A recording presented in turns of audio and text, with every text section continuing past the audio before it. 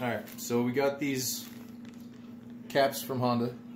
They are direct replacements for the EGR plugs that I pulled out earlier. We got these 6 to go in the 6 holes on the top of the EGR passage.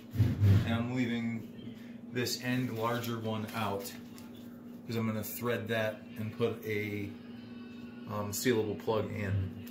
Okay.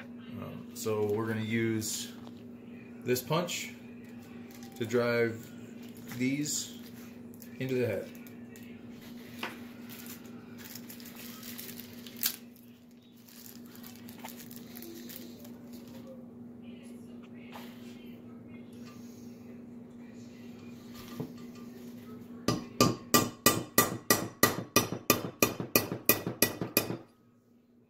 Get a picture of that guy right there.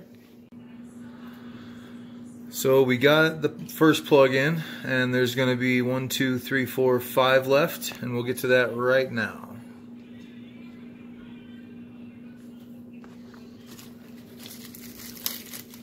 And now comes the boring part of just watching me do this.